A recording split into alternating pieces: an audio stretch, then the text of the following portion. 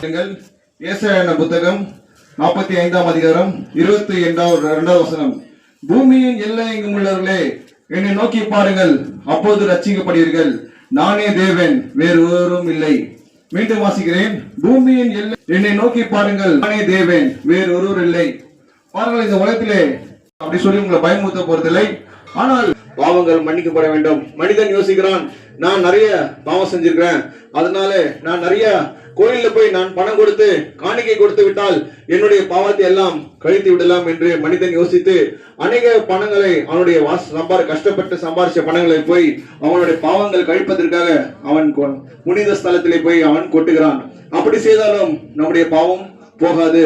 இல்லை என்றால் பாத யாத்திரையாக ஒரு புனித ஸ்தலத்துக்கு ரொம்ப தூரம் நடந்து போனால் நம்முடைய பாவம் போய்விடுமோ?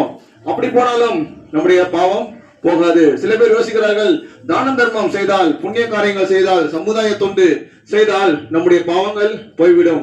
அப்படி செய்தாலும் நம்முடைய பாவம் போகாது. புனித ஸ்தலத்திலே போய் நீராடி, புனித குளத்திலே நீராடி வந்தாலும் நம்முடைய பாவம் போகாது.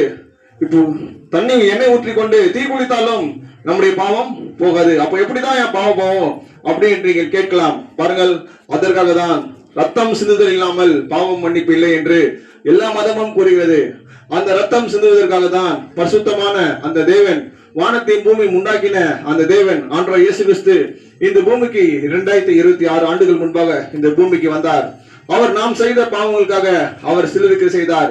மனிதனை இந்த பாவத்திலிருந்து ரட்சிப்பதற்காக, மனிதனை இந்த பாவ கட்டிலிருந்து அவன் விடுதலை கொடுப்பதற்காக, இந்த குடி போதையில மாட்டிக்கொண்டு தவிக்கிறானே அந்த மனிதனுக்கு விடுதலை கொடுப்பதற்காக, இந்த பில்லி சூனியம் அதுல மாட்டிக்கொண்டு தவிக்கிறானே அவனுக்கு விடுதலை கொடுப்பதற்காக தான் ஆண்டவர் இயேசு கிறிஸ்து இந்த பூமிக்கு வந்தார். பாருங்கள், நாம் படித்தாலும் படிக்க முடியவில்லை, எந்த வேலை செய்தாலும் முன்னேற முடியவில்லை.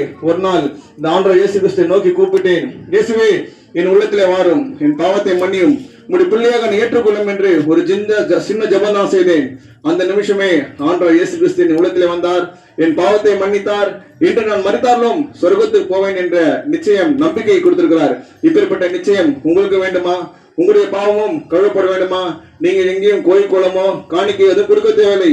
இருக்கிற இடத்திலே ஆண்டவர் இயேசு கிறிஸ்துவே என் உள்ளத்திலே வாரும், என் பாவத்தை மன்னியும், உங்களுடைய பிள்ளையாக ஏற்றுக்கொள்ளும் என்று ஒரு சின்ன ஜெபம் செய்தால் போதும்.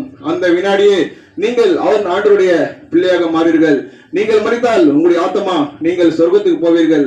உங்களுடைய வாழ்க்கை இந்த உலகத்திலே ஆசீர்வாதமாக இருக்கும். நீங்கள் பாவத்தையும் உருண்டு ஓடிவிடும். உங்களுக்கு ஒரு